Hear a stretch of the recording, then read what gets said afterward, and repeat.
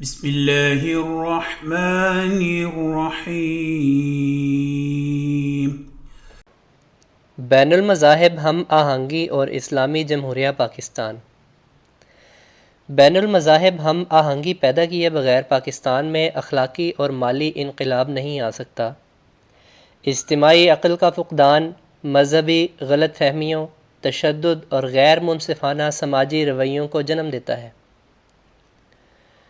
محمد ضیاء الحق نقشبندی روزنامہ جنگ کی آن لائن اشاعت مورخہ 15 فروری 2020 زیر عنوان بین المذاہب ہم آہنگی میں لکھتے ہیں کہ وقت کی ضرورت ہے کہ ہم تمام مذاہب کے ماننے والوں کے ساتھ انصاف اور یکساں سلوک کریں۔ کثیر مذہبی ریاست کی حیثیت سے پاکستان مذہبی اقلیتوں کے ساتھ کسی بھی طرح کے امتیازی سلوک، عدم توازن اور انہیں نظر انداز کرنے کا متحمل نہیں ہے۔ اقلیتوں کی اپنی کثیر جہتی اہمیت ہے، لہٰذا یہ نظریہ پاکستانی عوام کے تمام طبقات کو قبول کرنا چاہیے کہ بین المذاہب ہم آہنگی آبادی کے مذہبی معاملات کو مثبت طور پر ترقی دے گی، جس سے اخلاقی اور مالی انقلاب آئے گا۔ پاکستان میں تعلیمی سیمینار، یونیورسٹیوں، میڈیا، ورکشاپس اور جلسوں کے ذریعے بین المذاہب ہم آہنگی کی اہمیت پر زور دینا انتہائی ضروری ہے۔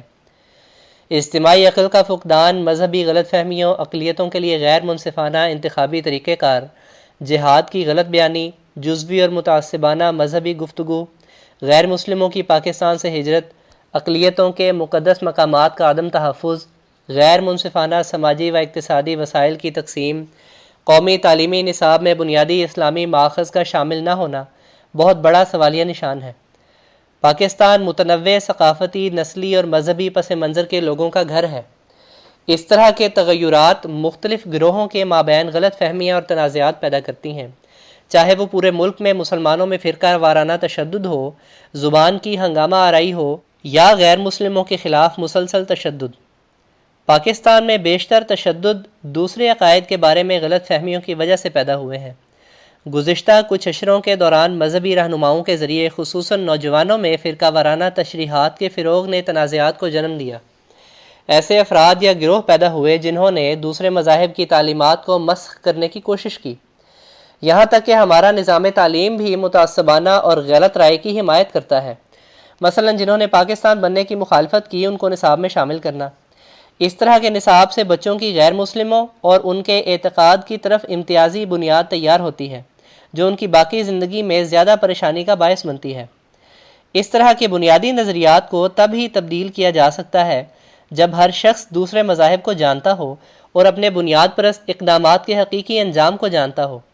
15 تا 29 سال کی عمر کی نصف سے زیادہ آبادی کے ساتھ نوجوان پاکستان میں مذہبی اقلیتوں کے خلاف امتیازی سلوک کی سمت تبدیل کرنے میں اہم کردار ادا کر سکتے ہیں۔ قائد اعظم نے اسلامی اصولوں کے تحت ہی کہا تھا کہ آپ آزاد ہیں مساجد، مندروں اور گرجا گھروں میں جانے کے لیے۔ بحوالہ jang.com.pk۔ جمہوریت اقلیت کو اکثریت کے جذبات سے محفوظ رکھنا ہوتا ہے، ورنہ یہ جمہوریت نہیں، اکثریت کا جبر ہے۔ مکرم رفیع عامر صاحب کا ایک فکر انگیز کالم آن لائن جریدہ ہم سب کی اشاعت مورخہ 3 مارچ 2020 میں زیر عنوان نریندر مودی، ختم نبوت اور جمہوریت شائع ہوا ہے۔ اس کا منتخب حصہ قارئین کی خدمت میں پیش ہے۔ جمہوریت میں اکثریت کی رائے سے بھی زیادہ مقدس چیزیں ہیں، جن میں سر فہرست شہری حقوق ہے۔ پاکستانی سمیت جمہوری دنیا کے تمام آئینوں میں ایسی شقیں رکھی گئی ہیں جو مقننہ کو پابند کرتی ہیں کہ وہ کوئی ایسی قانون سازی نہیں کرے گی جس سے شہریوں کے حقوق متاثر ہوتے ہوں یا حقوق میں امتیاز رکھا جائے۔ ایسی قانون سازی کے نتیجے میں عدلیہ کو اختیار ہوتا ہے کہ وہ اسے منسوخ کر دے۔ یہ سب کہنے کی ضرورت یوں محسوس ہوئی کہ جب نریندر مودی کی پارٹی نے شہریت کا نیا بل پاس کیا تو بی جے پی کے دانشوروں کا ارشاد تھا کہ ایسا کرنے کی اجازت انہیں جمہوریت نے دے رکھی ہے۔ یہ حقیقت کے بالکل برعکس ہے۔ یہ جمہوریت نہیں، اکثریت کا جبر ہے جو شہری حقوق میں امتیاز پیدا کرتا ہے۔ افسوس ہوا کہ بھارتی عدلیہ نے اس قانون سازی کو منسوخ نہیں کیا، جس سے پتہ چلتا ہے کہ بھارت میں بھی پاکستان کی طرح جمہوری نظام تو موجود ہے، لیکن جمہوری عمل میں بہت سے سقم ہیں۔ ادھر پاکستانی حلقوں میں بھی اس قانون کی واضح مذمت کی گئی اور اسے بجا طور پر جمہوریت کی روح سے روگردانی کہا گیا۔ ہم بھارت کے تناظر میں تو جمہوریت اور اکثریت کے جبر میں فرق جان چکے ہیں، لیکن شاید خود احتسابی سے کتراتے ہوئے اپنی تاریخ پر نگاہ ڈالنے سے گریزاں ہیں۔ پاکستان میں کئی دفعہ اکثریت اپنی رائے بالجبر نافذ کر چکی ہے، جس کی سب سے بڑی مثال 1974 میں پاکستانی پارلیمان کا احمدی پاکستانیوں کو غیر مسلم قرار دینا تھا۔ غیر مسلم صرف لیبل نہیں بلکہ اس کی زد میں احمدیوں کے شہری حقوق آتے ہیں۔ یہ وہ سیڑھی تھی جس پر چڑھ کر بعد میں جنرل ضیاء الحق نے امتناع قادیانیت آرڈیننس پاس کیا، جس کے تحت احمدیوں پر وہ پابندیاں لگائی گئیں جو دنیا کے کسی بھی پیمانے پر بنیادی انسانی اور شہری حقوق کی خلاف ورزی ہیں۔ میں بخوبی جانتا ہوں کہ پاکستان میں مسلمانوں کی بہت بڑی اکثریت احمدیوں کو غیر مسلم سمجھتی ہے اور انہیں یہ رائے رکھنے کا حق ہے۔ اگر کبھی کسی نے ان کا یہ حق چھیننے کی کوشش کی تو جمہوریت پسند ایسے اقدام کی بھی مخالفت کریں گے۔ جیسے کسی کو یہ حق حاصل ہے کہ وہ کسی دوسرے کو غیر مسلم سمجھے اور قرار دے، اسی طرح RSS کے بنیاد پرستوں کو بھی یہ رائے رکھنے کا حق حاصل ہے کہ بھارتی ہونا ہندو ہونے سے مشروط ہے، لیکن کسی کو یہ حق حاصل نہیں کہ وہ اکثریت رکھنے کی بنا پر اپنی رائے ریاست پر مسلط کر دے۔ یہ جمہوریت نہیں، اکثریت کا جبر ہے۔ دنیا میں احمدیوں سے مماثلت رکھنے والی ایک اور جماعت بھی ہے جس کی بنا امریکہ میں رکھی گئی۔ یہ وہ لوگ ہیں جنہیں عمومی طور پر مورمنز کہا جاتا ہے۔ یہ یسوع مسیح کے علاوہ 1805 میں پیدا ہونے والے جوزف سمتھ کو اپنا نبی مانتے ہیں، اور اسی پر بس نہیں، یہ اس کے بعد آنے والے ہر جماعتی سربراہ کو بھی نبی مانتے ہیں۔ اس کے باوجود کہ ان کے نظریات مسیحیت سے خاصے مختلف ہیں، یہ لوگ خود کو مسیحی ہی سمجھتے ہیں۔ بہت سے مسیحی رہنماؤں کے مطابق ان لوگوں کے پاس خود کو مسیحی کہنے کا حق نہیں، لیکن امریکی ایوان نمائندگان کا کوئی رکن سوچ بھی نہیں سکتا کہ وہ کبھی پارلیمان میں یہ بل پیش کرے کہ مورمنز کو غیر مسیحی قرار دیا جائے۔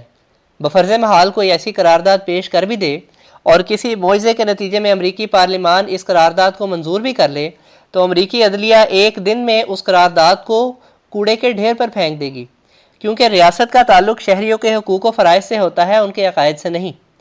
کہا جاتا ہے کہ عوام کی اکثریت ایسے مسائل میں جذباتی ہوا کرتی ہے، جو کہ درست بھی ہے اور انہیں اس کا حق بھی ہے۔